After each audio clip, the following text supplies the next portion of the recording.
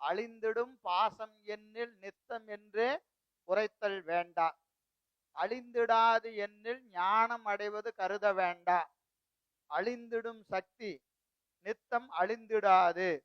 ஒளியின் முன்னர் அழிந்திடும் இருளும் நாசம் அடைந்திடா விடைந்திடாவே. அப்ப ஆணவ மூலம் சொல்றீங்களே, ஆணவ மூலம் என்னங்க செய்யும்? ஆணவ மூலத்துக்கு இலக்கணம் என்ன அப்படின்னா என்ன சொல்றாருங்க?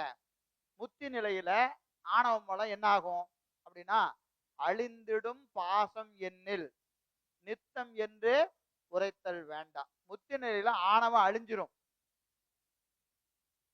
ஆணவம் அழிஞ்சிரும் சொன்னா என்ன ஆயிரும்? நித்த பொருள் ஆகாது. ஏன்னா நம்ம முதல்ல ஏற்கனவே சொன்னோம், இந்த டெரிவேஷன் ஒன்று சொன்ன ஞாபகம் இருக்கா? Let A is equal to 0, B is equal to 2, இப்படி எல்லாம் ஒரு கணக்கு வச்சு ஒரு தீரத்தை வரையறை செய்யறோம் அப்படின்னு சொன்ன ஞாபகம் இருக்கா?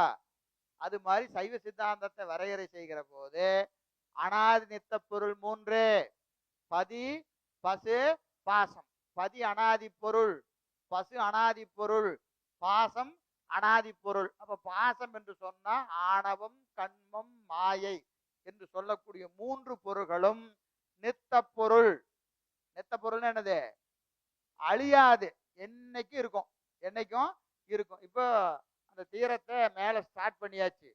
முடிக்கும் போத என்ன செய்யணும்? மூணையும் காட்டணும். எடுத்ததை முடிக்கணுமா இல்லையா? ஹென்ஸ் எல்எஸ் = ஆர்ஹெச்எஸ் அப்படின்னு போடுவாங்க. எதுல? கணக்குல போடுவாங்க. ரைட் ஹேண்ட் சைடும் லெஃப்ட் ஹேண்ட் சைடும் ஈக்குவலா வந்திருக்குதுன்னு தீரத்துல போடுவாங்க. கணக்கு படிச்சவங்களுக்கு தெரியும், படிக்காதவங்க விட்டுருங்க இல்லையா?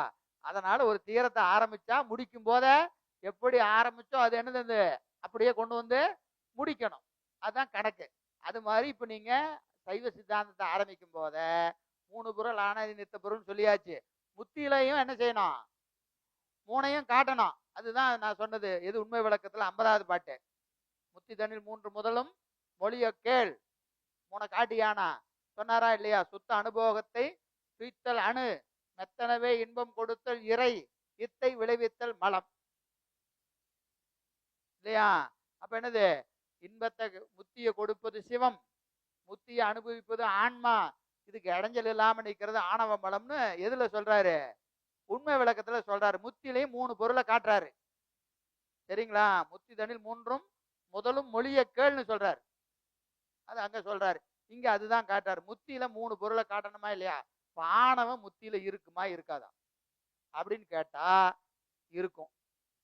எப்படி இருக்குங்கிறது இது ஒரு அடிப்படை. இதுக்கப்புறம் இதற்கு மேல ஒரு கருத்து இருக்கிறது. இது ஒரு கருத்து, இதற்கு மேல ஒரு கருத்து இருக்கிறது. அந்த கருத்து சிவஞான சித்தியார்ல இருக்கு, இங்க இல்ல. சரியா? இங்க இதோட வச்சுக்குவோம். இது புரியாம இதுக்கு மேல ஒன்ன சொல்லி குழப்ப வேண்டாம். இதை மட்டும் வச்சுக்குவோம் இப்போ. சரிங்களா? அழிந்திடும் பாசம் எண்ணில் நித்தம் என்று உரைக்க வேண்டாம். முத்தி நிலையில ஆணவம் கெடும். ஆணவம் கெடும்னு சொன்னா குற்றமாயிடும். ஏன் குற்றமாயிடும்? நீங்க ஏற்கனவே ஆரம்பிக்கும் போது சொன்னீங்க அனாதி நித்த பொருள்னு சொன்னீங்க. அப்போ கெடாதுன்னு இல்ல சொல்லணும். கெட்டுருச்சுன்னா அந்த சொன்ன கருத்து என்ன ஆகும்? மாறுபட்டு போகும். எனவே அழிந்திடும் பாசம் எண்ணில் நித்தம் என்று உரைக்க வேண்டாம். நித்தம்னு சொல்லாதீங்க. ஆணவ மூலம் நித்தம்னு சொல்லாதீங்க அப்படின்னு சொல்றாங்க. சொல்லக்கூடாதானே? சரி, அப்ப என்ன பண்ணலாம்? மேல சொன்னதை மாத்திடலாமா? முதல்ல ஆரம்பிச்சுமா இல்லையா? பதி பசு பாசம் என பகர் 3 பதிகனை போல் பசுபாசம் அனாதின்னு சொன்னமா இல்லையா? அது மாறிடும். அதை மாத்த முடியுமா? மாத்தக்கூடாது. அப்ப என்ன சொல்றது அப்படின்னா அழிந்துடாதுன்னு சொல்லிடலாமா? அழிஞ்சிரும்னு சொன்னா நித்தம்னு சொல்லக்கூடாது. அப்ப என்ன செய்யலாம்? அழியாதுன்னு சொல்லிடலாமா? அப்படின்னா அழிந்துடாது எண்ணில் ஞானம் அடைவது கருத வேண்டாம். ஆணவம் அழியலன்னா ஞானம் எங்க போய் பெறுவது? ஆணவம் அழியாம ஞானத்தை பெற முடியுமா? ஞானம் பெறணும்னா முத வேலை என்னது? ஆணவம் கெடணும். கெடுன்னு சொன்னாலும் பிரச்சனை, கெடாதுன்னு சொன்னாலும் பிரச்சனை. கெடுன்னு சொன்னா நித்தம் என்பது தடைபட்டு போகும். கெடாதுன்னு சொன்னா ஞானம் அடைய முடியாது. அப்ப கெடுமா கெடாதா அப்படின்னு கேட்டா அதற்கு அடுத்த வரி சொல்றாரு பாருங்க. அழிந்திடும் சக்தி. நித்தம் அழிந்திடாது. ஆணவம் கெடாது, ஆணவத்தின் சக்தி கெட்டு போகும். சக்தி கெட்டு போகும். இது நீங்க முன்னாடி சிவப்பிரகாசத்துல 19வது பாட்டு 20வது பாட்டு சிவப்பிரகாசம், இதே நூல் தான், வேற நூல் இல்ல. புத்தகத்தை அப்படியே பின்னாடி திருப்புங்க. 20வது பாட்டு. ஏகமாய் தம்கால எல்லைகளில் மேலும் எண்ணறிய சக்தியாய். ஏகமாய் தம்கால எல்லைகளில் மீளும் எண்ணறிய சக்தியாய். ஞாபகம் இருக்கா? 20வது பாட்டு நடத்தணுமா நடத்தலையா? நடத்தின மாதிரி தான் இருக்கு. நடத்தின மாதிரி தான் இருக்கு. ஏகமாய், ஏகமாய் பொருளால் ஒன்றாய், பொருளால் ஒன்றாய் எண்ணறிய சக்தியாய், தன்மையால் பலவாய். ஆணவமலம் பொருளால் ஒன்று, சக்தியால் பல. ஏன் சக்தியால் பல? ஒவ்வொரு ஆன்மாவையும் தனித்தனியா மறைக்கும். ஒவ்வொரு ஆன்மாவையும் தனித்தனியா, ஒரே மாதிரி எல்லா ஆன்மாவையும் அது என்ன செய்யாது? மறைக்காது. ஆணவம் மூலம் எல்லா ஆன்மாவையும் என்ன செய்யாது? ஒரே மாதிரி மறைக்காது. அப்ப அதுக்கு ஏதாவது விருப்பு வெறுப்பு உண்டா? உங்க அறிவை கம்மியா மறைக்கும், என் அறிவை அதிகமா மறைக்கும். என்ன பார்த்தா இந்த ஆணவத்துக்கு பிடிக்க மாட்டேங்குதுங்க. அப்படியா? ஏதோ ஒரு காரணம் இருக்கணுமா இல்லையா? எல்லா ஆன்மாவை அறிவும் ஒரே மாதிரி மறைக்காது. இதை ஒத்துக்கிறீங்களா? ஏன் மறைக்காது?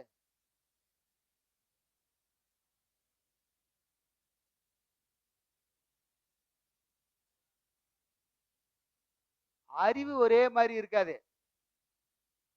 ஆன்மாவின் அறிவு ஒரே மாதிரி இருக்காது.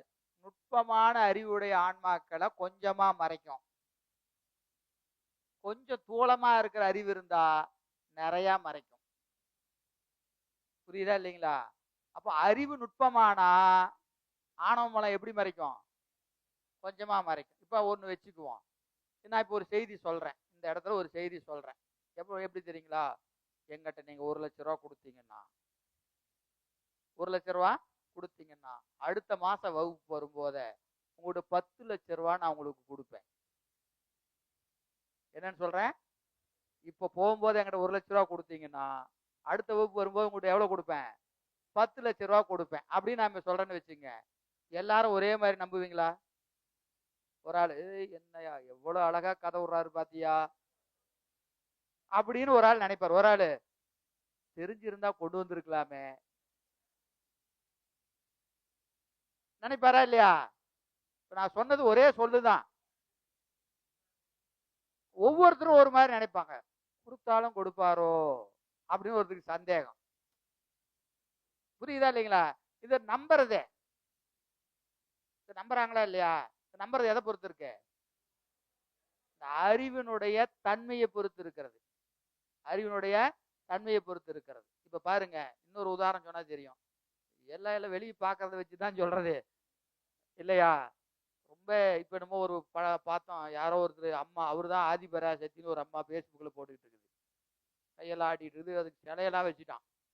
வச்சு அது இப்போ ஒரு கல்யாணம் பண்ணி இருக்குது. இவரு என்னோட முன்னாடி 4 கல்யாணமா, அது என்னுடைய முன்னாடி கணவர் தான் இந்த பிறவி எடுத்து வந்திருக்கிறாரு, அதனால இவரை கல்யாணம் பண்ணிக்கிட்டேன்னு வேற சொல்லுது. இதுக்கு பின்னாடி 1000 பேர் போறான். நீங்க அந்த அம்மா சொல்லுதுன்னு நினைக்க கூடாது. இதுக்கு பின்னாடி போறதுக்கு எத்தனை பேர் இருக்கிறான்? 1000 பேர் இருக்கிறான். அப்ப ஏன்னு கேட்டீங்கன்னா, அறிவு அவ்வளவு தூளமா இருக்கு. வேற ஒண்ணும் கிடையாது. இந்த உலகத்துல எதை சொன்னாலும் நம்புறதுக்கு 1000 பேர் இருக்கிறாங்க. நீங்க நடக்கும்னு சொன்னா ஆமா 1000 பேர் சொல்லுவான். நடக்காதுன்னு சொன்னா 1000 பேர் ஆமாம்பா. புரியுதா? நமக்கு புரியல. ஏன் இப்படி சொல்றான்னா, அறிவுகள் பலதரப்பட்டு நிகழும், பக்குவம் பலதரப்படும். என்ன உண்டுன்னு சொன்னா, கடவுள் இல்லைன்னா ஆமா 1000 பேரு, கடவுள் இருக்குன்னா 1000 பேரு, இவர் தான் கடவுள்னா 1000 பேரு, இவர் தான் கடவுள்னா 1000 பேர். என்ன சொன்னாலும் 1000 பேர் நிப்பான் பின்னாடி. புரியுதா இல்லைங்களா? ஏன் அப்படி இருக்குதுன்னா, ஆன்மாவின் அறிவு பக்குவத்துல பலதரப்பட்டு நிகழும். ஒரு இடத்துல ஒரு கூட்டம் வந்து நிக்குதுன்னா, அந்த ஒத்த கருத்துடையவங்க வந்து இப்ப நம்ம இங்க ஏன் வந்து உட்கார்ந்துருக்கிறோம்? ஏன் வந்து உட்கார்ந்துருக்கிறோம்? நம்ம அறிவு பலதரமா இருந்தாலும் ஒரு ஒரு ஒரு வகையில ஒரு தரப்பட்டு நிக்குது. இதனால இங்க இத்தனை பேர் உட்கார்ந்துருக்கிறீங்க. புரியுதா இல்லைங்களா? இப்ப நீங்க வந்தவங்க சரியான முடிவு எடுத்தீங்களா இல்லையாங்கிறது எப்ப தெரியும்? கடைசியா நீங்க போய் சேர இடத்துக்கு போய் சேர்ந்தீங்கன்னா, நீங்க எடுத்த முடிவு சரி. புரியுதா இல்லைங்களா? இல்லைன்னா நீங்க எடுத்தது தப்பு. அவ்வளவுதான். வேற ஒண்ணும் கிடையாது. இதுல நம்ம யாரையும் ஆராய்ச்சி பண்ணி யாரையும் திருத்துறது நம்ம வேலையில திருத்த முடியாது. யாரையும் திருத்த முடியாது. ஏன்னா பக்குவம் ஒரே மாதிரி இருக்காது. ஒரே மாதிரி இருக்காது. அதனால நமக்கு அது நம்ம வேலையும் இல்ல. நான் உதாரணத்துக்கு சொன்னேன். யாரையும் விமர்சனம் பண்றது நம்ம வேலை இல்ல. பார்க்கிற போது நமக்கு ஒரு கேள்வி வருதா இல்லைங்களா? எப்படியா இதை நம்பி போறான்? அப்படின்னு கேட்டோம்னா, அதுக்கும் 1000 பேர் இருப்பான். அதுக்கு 1000 பேர் இருக்கத்தான் செய்வான். அதனால நம்ம அதுல எல்லாம் ஒன்றும் ஆராய்ச்சி செய்யணும். அறிவுகள் பலதரப்பட்டு நிகழும் என்பதுதான் கருத்து. அதனால அந்த ஆன்மாவின் அறிவுக்கு தக்கவாறு ஆணவமலம் என்ன செய்யும்? மறைப்பை செய்யும். அதனால ஏகமாய் தங்கால எல்லைகளில் மேலும் எண்ணறிய சக்தியாய், எண்ணறிய சக்தியாய் நாங்க 20வது பாட்டுல பார்த்தோம். சரி, அதை கொண்டு நீங்க வச்சு பாருங்க. அழிந்திடும் பாசம் எண்ணில் நித்தம் என்று உரைக்க வேண்டாம். அழிந்திடாது எண்ணில் ஞானம் அடைவது கருத வேண்டாம். அழிந்திடும் சக்தி. அப்ப அந்த ஆன்மாவுக்கு பக்குவம் வந்துருச்சுன்னா, அந்த ஆன்மாவின் அறிவில் இருக்கிற ஆணவ மல சக்தி கெடும். அந்த ஆன்மா அறிவை ஒரு ஆணவ மலம் அங்க இருக்கு. ஆணவ மலத்தின் சக்தி இப்ப என் அறிவை மறைத்து கொண்டு இருக்கிறது. இப்ப எனக்கு பக்குவம் வந்துருச்சுன்னா என்ன அர்த்தம்? ஆணவ மலம் அங்கேயேதான் இருக்கு. சக்தி பலவா இருக்கு. கெட்டது எது? என் அறிவை மறைச்சிட்டு இருந்த ஆணவ மல சக்தி கெட்டுருச்சு. ஆணவ மலம் கெடல. புரியுதா இல்லைங்களா? ஆணவ மலம் கெடல. எது கெட்டது? ஆணவ மலத்தினுடைய சக்தி. யாருடைய அறிவில் இருக்கிற சக்தி கெடும்? பக்குவப்பட்ட ஆன்மாவின் அறிவில் இருக்கிற ஆணவ மல சக்தி கெடும். சக்தி கெடும், நித்தம் அழிந்திடாது. ஆணவ மலம் இருந்துகிட்டே தான் இருக்கும். ஆணவ மலம் இருந்துகிட்டே தான். ஏன் இருக்கும்? ஆன்மா இருந்துகிட்டே தான் இருக்கும். ஒரு ஆன்மா பக்குவப்பட்டா இன்னொரு ஆன்மா பக்குவப்படாத ஆன்மா இருக்கும். அந்த ஆன்மாவின் அறிவு அது என்ன செய்யும்? மறைச்சுக்கிட்டே தான் இருக்கும். ஏன்னா கேவலத்தில் இருக்கிறதும் இருக்கு, சகலத்துக்கு வந்ததும் இருக்கு. இது பக்குவப்பட்டா இது சுத்தத்துக்கு போயிடும். ஆனா இங்க என்ன இருக்கும்? கூட்டம் இருந்துகிட்டே இருக்கும். 1வதுல இருந்து 2வது போயிட்டா, ஐயோ 1வது என்ன ஆகுதுன்னு கவலைப்பட வேண்டாம். நியூ அட்மிஷன் நடக்கும். 1வதுக்கு வர்றது வரும். 2வதுக்கு போனா 2வதுல இருந்து 3வதுக்கு போவான். இங்க என்ன ஆயிட்டு இருக்கும்? அட்மிஷன் நடந்துகிட்டே இருக்கும். கேவலத்திலிருந்து உயிர்கள் சகலத்துக்கு வந்துகிட்டே இருக்கும். சகலத்திலிருந்து சுத்தத்துக்கு போயிட்டே இருக்கும். ஆணவ மலம் அந்த வேலையை செஞ்சுக்கிட்டே இருக்கும். சரிங்களா? எனவே அழிந்திடும் சக்தி நித்தம் அழிந்திடாது. இதற்கு ஒரு உதாரணம் சொல்றாரு. ஒளியின் முன்னர் அழிந்திடும் இருளும் நாசம் அடைந்திடாது மிடைந்திடாதே. ஒளி வந்ததுன்னா இருள் என்ன ஆகும் அப்படின்னு கேட்டீங்கன்னா அடங்கும், கெடாதே. ஒளி வந்தா என்ன ஆகும்? இருள் கெடும். இப்ப இந்த இடம் இருக்கு, இந்த இடத்துல இருட்டு இருக்கா இல்லையா? இப்ப இருக்கா இல்லையா? இருக்குது. என்னாச்சு? அடங்கி இருக்கு. ஏன் அடங்கிருச்சுன்னா ஒளி வந்துருச்சு. ஒளி வந்ததுனால இருள் என்ன ஆயிடுச்சு? அடங்கிருச்சு. இப்ப ஒளி போயிருச்சுன்னா இது வந்துடும். இப்ப எங்கேயோ வெளிய இருந்து இந்த ஜன்னல் வெளியெல்லாம் இருட்டு வராது. இங்க இருக்கு, இந்த இடத்துல இருட்டு இருக்கு, வெளிச்சமும் இருக்கு. வெளிச்சம் அதிகமாகிற போது இருள் கெடும். இருள் என்ன ஆகும்? இருள் வந்து ஒளியை அடக்காது. இருள் வந்து ஒளிய அடக்காது. ஒளிதான் என்ன செய்யும்? இருட்ட அடக்கும். ஒளி வந்தா இருள் கெடும், ஒளி போயிட்டா இருட்டு ஜாஸ்தி ஆயிடும். அப்போ அது என்ன? அழிவதில்லை, இருள் அழிவதில்லை, சக்தி தான் கெடும். சக்தி தான் கெடும். அதுதான் ஓமையா சொல்றாரு. எதுக்கு? ஆணவத்துக்கு ஓமை. இருள் தான் ஆணவத்துக்கு ஓமை. சூரிய ஒளி எதற்கு ஓமை? எதுக்கு ஓமை? சிவஞானத்துக்கு ஓமை, திருவருளுக்கு ஓமை. ஆனா இந்த ரெண்டுக்கும் ஒரு வேறுபாடு உண்டு. என்ன வேறுபாடு? ஓமை சொல்லியாச்சு. ஒளி திருவருள், இருள் ஆணவ மலம், ரெண்டு ஓமை சொல்லியாச்சு. ஆனா இங்க சூரிய ஒளிக்கும் இருட்டுக்கும் திருவருளுக்கும் ஆணவத்துக்கும் உள்ள ஓமையில ஒரே ஒரு வேறுபாடு இருக்கு. என்னது? அது ஆணவத்துக்கும் இருளுக்குள்ள வேறுபாடு. இதுல என்னன்னு கேட்டீங்கன்னா, இது வரும் போகும் வரும் போகும். புரியுதா இல்லைங்களா? இப்போ காலை சூரியன் வந்துருச்சு, இருள் போயிருச்சு. சாயந்தரம் என்ன ஆகும்? திருப்பி சூரியன் மறைஞ்சிரும், இருட்டு வந்துடும். இது மாறி மாறி நிகழ்கிறதா இல்லையா? ஆனா அறிவுல இந்த நிகழ்வு அப்படி நடக்காது. ஒரு முறை அந்த ஞானம் வந்துருச்சுன்னா திருப்பியும் என்ன ஆகாது? ஆணவம் அதை அடக்கவே முடியாது. ஒரு நாளைக்கு தான் ஓமை, ஒவ்வொரு நாளுக்கும் ஓமை இல்லை. புரியுதா? புரியுதா புரியலையா? அவ்வளவுதான். இருள் போனா போனதுதான். திருப்பியும் இருள் வந்து என்ன செய்யாது? வராது. அப்படி வந்ததுன்னா நம்ம கருத்து என்ன ஆயிடும்? ஏகான்மவாதிக்கு சொன்ன கருத்தாயிரும். இவர் போவாரு திருப்பியும் வருவாரு, போவாரு திருப்பி வருவாருன்னா முத்தி ஆயிராதே. புரியுதா இல்லைங்களா? அந்த வேறுபாடு கொஞ்சம் நினைவுல வச்சுக்கங்க. எனவே முத்தியில ஆணவ மலம் எவ்வாறு இருக்கும்? முத்தியில ஆணவ மலம் சொல்லிட்டார். அடுத்து முத்தியில கண்ம மலம். முத்தியில கண்ம மலம். ஏன்னா இப்போ 81 இருந்தே முத்தி நிலையை தான் காட்டிட்டு வர்றாரு. சரிங்களா? எனவே முத்தியில கண்ம மலம். முதல்ல சொன்னது முத்தியில ஆணவ மலம்.